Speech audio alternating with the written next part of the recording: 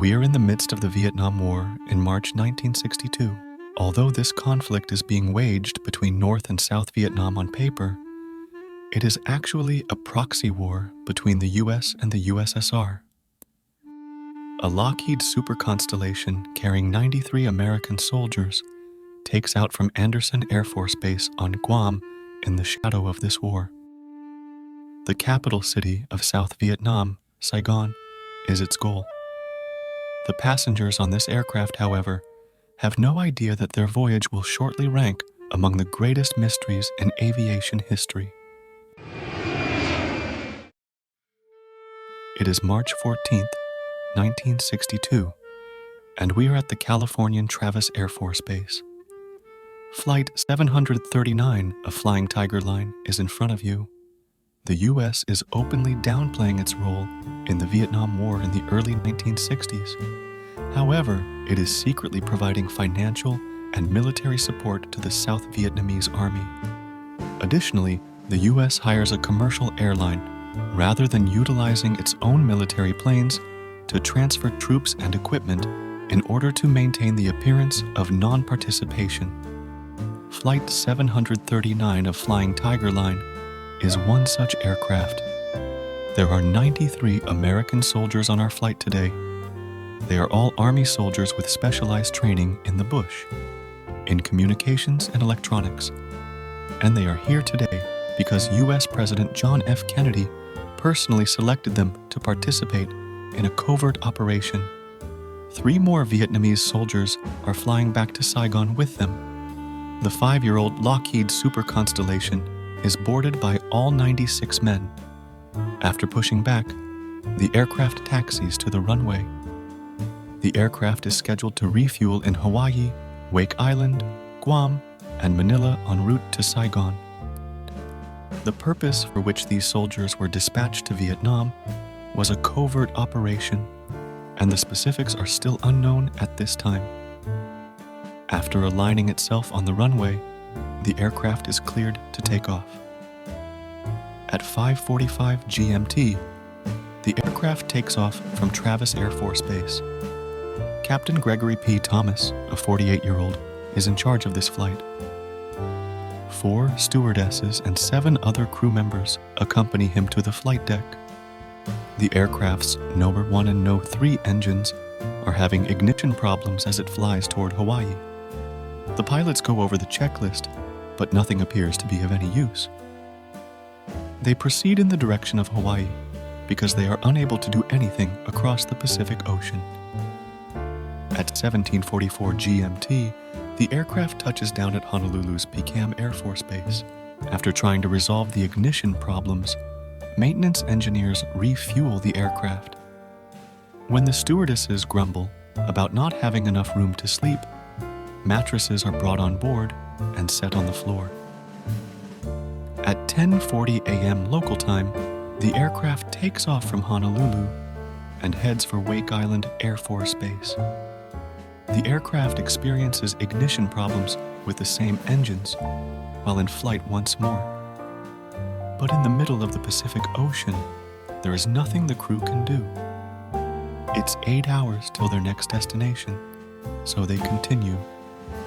At 3:54 p.m. local time, the aircraft crosses the international date line and lands at Wake Island Air Force Base. It is currently March 15th. Engineers are back at Wake Island trying to solve the ignition problems. The stewardesses will also be getting a crew change. The plane is at the base for approximately 60 minutes before the forced vertices disembark and are replaced by 4 others. Wake Island's Lockheed Constellation takes off at 5:15 p.m. local time. After 6 hours in the air, the plane lands at Andersen Air Force Base in Guam without incident, suggesting that the modifications to the ignition problems at Wake Island went well. It is currently 9:14 p.m. local time. To stretch their legs and get some nourishment, the crew and guests get off the ship. After the crew has refueled the aircraft, it is left on the ground unattended for around 15 minutes. After the crew and soldiers get back on board, the aircraft takes off from Guam at 10:57 p.m. local time. The aircraft is currently en route to Clark Air Force Base in the Philippines, which is its next fuel stop. With perfect weather, this journey should take 6 hours, and they should arrive in Manila at 3 in the morning, local time. As a backup, the aircraft currently has 9.5 hours of gasoline on board. There is some rain along the route, but overall the weather is good, with visibility of 5 to 8 miles. The aircraft is communicating with 2 different facilities. The first is Guam ATC, which can communicate with the aircraft by radar, and the second is Guam International Flight Service Station, which can communicate with the aircraft via radio, but not via radar. The captain calls Guam IFN as the aircraft lifts off, asking them to notify Flying California, Manila, and Hong Kong of their departure status. The crew has requested this message for the first time throughout the voyage. The crew asks the ATC to adjust their cruising altitude 1 hour later, between 10,000 and 18,000 feet. The ATC authorizes it despite no explanation provided. The crew reported that they were crossing 11,000 feet for 18,000 feet 3 minutes later. In response, the ATC states that they are currently several hundred miles west of Guam and that they are stopping their radar services. As of right now, no station is actively using radar to track the aircraft. This crew's only means of communication is radio. The aircraft reaches 18,000 feet at 13:33 GMT. The captain must communicate his position and fuel calculations every hour in order to comply with ocean crossing requirements. Return at 14:22 GMT at the Guam service station. The previous transmission was 50 minutes ago. They are 218 nautical miles west of Guam, and Captain Thomas radios the Guam IFSS to let them know that they anticipate arriving at this location at 15:30 GMT based on their present heading and speed. Additionally, they indicate that they have 8 hours and 12 minutes of fuel left, and that they plan to arrive at Clark Air Force Base at 19:16 GMT. There was no indication that anything was wrong or that the plane was having any issues. This was just a usual call. However, at 14:22 GMT, this conversation represents the final communication from Flight 739. At 15:30 GMT, the plane is expected to have its next communication. A significant amount of radio static interferes with the Guam IFSS's ability to communicate with another jet 10 minutes prior.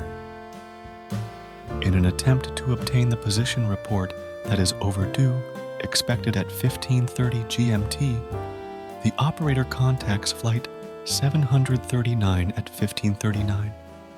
The plane, though, never answers. The timer is not stopping. Frenzied attempts to get to the jet for 20 minutes are unsuccessful. The time now is 1600 GMT. The plane has been silent for more than 90 minutes. 16:33, not in contact.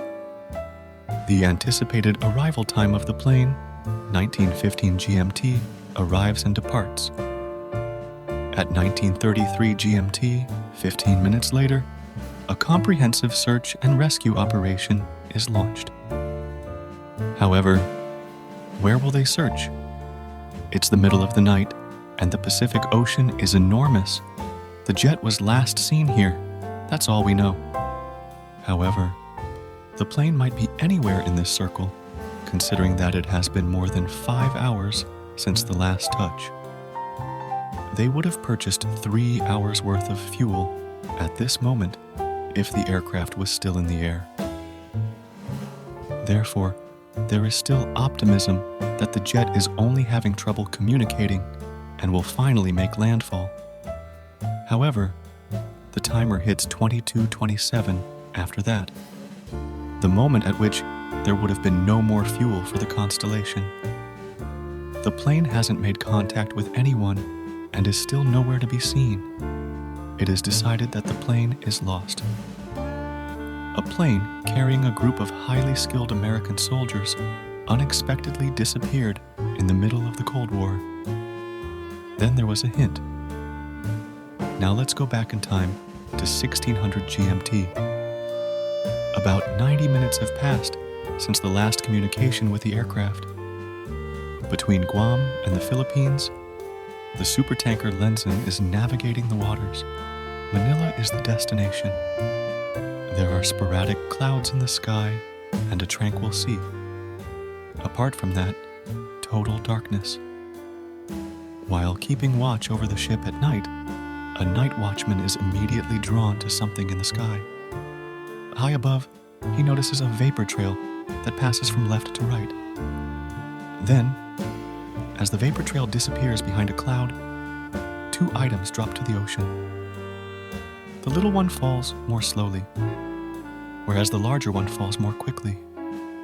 At 17 miles away, the object is tracked by the ship's radar. To begin a rescue, the Lenzin veers in the direction of the falling objects. They tried calling the radio stations in Manila and Guam en route, but they were unable to get through. However, they are unable to get to them once they get to the estuary. No estimated location was provided. The ocean contains no traces of anything. For the next 5.5 hours, they comb the ocean, but they find no wrecks, no debris, nothing.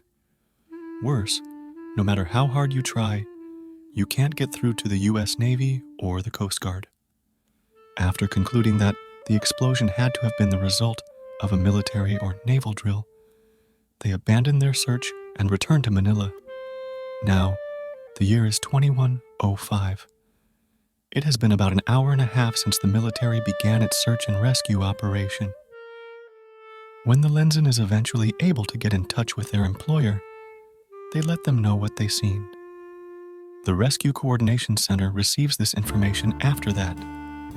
Since the explosion site matches the predicted position of Flight 739 at that moment, the military combines a search there.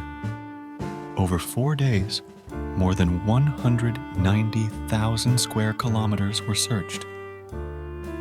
The United States terminates the search on March 23rd, 8 days after it began, claiming that it is doubtful that anyone would have survived 8 days in the ocean alive. The military has promised to continue looking for the jet until it is discovered. The U.S. Civil Aeronautics Board then launches an inquiry. Their only lead comes from the ship's observation of the explosion. However, a lot of the explosion's details don't add up. Whether Flight 739 was the source of the explosion remained the most unanswered question. Consider this. The last known time of the aircraft was 14:22. When Guam IFS attempted to get in touch with the aircraft at 15:39, they were not answered. However, the explosion didn't occur until 1600. Consequently, why did they not receive a response at 1539 if the plane fell down at 1600? While the plane never reported radio problems, about the same time, the Lenzin and Guam IFSS were also experiencing radio problems. The reason they didn't react would also make sense if the plane was experiencing unexpected radio problems. But an explosion cannot be explained by a malfunctioning radio.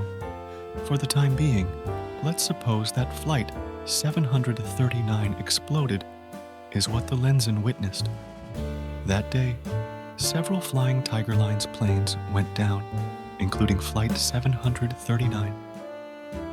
Flight 739's sister aircraft, Flying Tiger Lines Flight 7816, departed Travis Air Force Base for Okinawa, Japan, a few hours before the former took off from California. This aircraft was en route to an Alaskan destination with classified military cargo. The crew disregarded 7 ATC warnings that they were flying below the glide slope as they made their final approach. 100 meters in front of the runway, the landing gear encountered rocks. There was a fire, and the plane was destroyed. Additionally, one soldier lost his life in this incident. There are concerns when 2 identical aircraft belonging to the same firm go down within hours of each other after taking off from the same airport. Issues related to sabotage. Investigators were interested in learning if the 2 planes at Travis Air Force Base had been compromised. We are aware that the aircraft experienced several ignition problems while traveling to Guam. Was that a planned blunder? And did the engine blow up as a result of that in any way? Another way a Super Constellation can blow up is if gasoline leaks and catches fire. The optics detected a trail of vapor that attracted their attention. We speculated that it might have been a contrail, but in the tropics, contrails don't develop at elevations of 18,000 feet. Another explanation for the vapor trails could be a fuel leak, which could cause a Super Constellation to explode after being struck by lightning, as it did previously. The identical type of aircraft, TWA Flight 891, was flying in a thunderstorm 3 years earlier in 1959 when it burst mid-air and crashed soon after takeoff from Milan, Italy. Investigators looking into that flight discovered that fuel vapors in tanks 6 and 7 exploded as a result of lightning strikes, producing 2 explosions and destroying the aircraft. This double explosion resembles what the lenses captured that evening. Additionally, the lens and crew claimed not to have seen any lightning at the moment of the explosion, despite the fact that we are aware of lightning activity in the vicinity. But what other reason could have caused a jet to crash if there hadn't been any lightning? Recall that we are engaged in combat in the midst of an ocean. So, it is impossible to rule out a bombing. The Viet Cong, the Chinese, the North Vietnamese, or the Soviets all have a very good reason to bomb an American aircraft. However, the plane only stopped at U.S. military bases along the trip, most of which were in isolated areas far from enemy territory. It would have been extremely unlikely for someone to transport a bomb onto a U.S. military post in order to plant a bomb on board. However, the plane was left unattended for 15 minutes on Guam, and according to accounts, non-military personnel could have easily accessed the ramp area. Guam was the most likely location if a bomb was sneaked onto the ship. A missile assault is an additional choice. However, that would have created a clear debris field. There was not enough time for the debris to have floated away when the lens arrived at the location. Thus, in the event that it was a missile attack, what became of the debris field? This brings us to our last theory, an American cover-up. The hypothesis that the plane was on a covert mission and that it landed in enemy territory rather than blowing up at all. When you give this hypothesis further thought, though, it falls apart. Why would you fabricate the disappearance and make it public if your goal was to carry out a covert operation? This would not have made the news at all if they had simply allowed the plane to land in enemy territory. What became of the 107 passengers on board? 2? Why has no one heard from any of them again? More than 50 years after the war ended. The Civil Aeronautics Board concluded the probe in less than a year. Although they were unable to determine the cause, they stated that they would assume the jet crashed. Sadly, nothing from aircraft 739 is ever found, and the documents are still secret to this day. 40 miles northeast of where the lens was looking for the debris, a passing ship saw a single mattress floating in the ocean. This plane has already been attempted to land 6 times by the pilots, not once, not twice, not 3 times. You guys are amazing, and we appreciate your support and interest in our channel. See the account of a Jet Airways aircraft that, despite 6 attempts, was unable to land and was running critically low on fuel. I'll see you there in a moment, and I'm sure you'll enjoy it. Terrain pull up, and there's a very real chance they may crash in the middle of Trivandrum City if they can't land this jet in the next 10 minutes. How did they let things get so bad?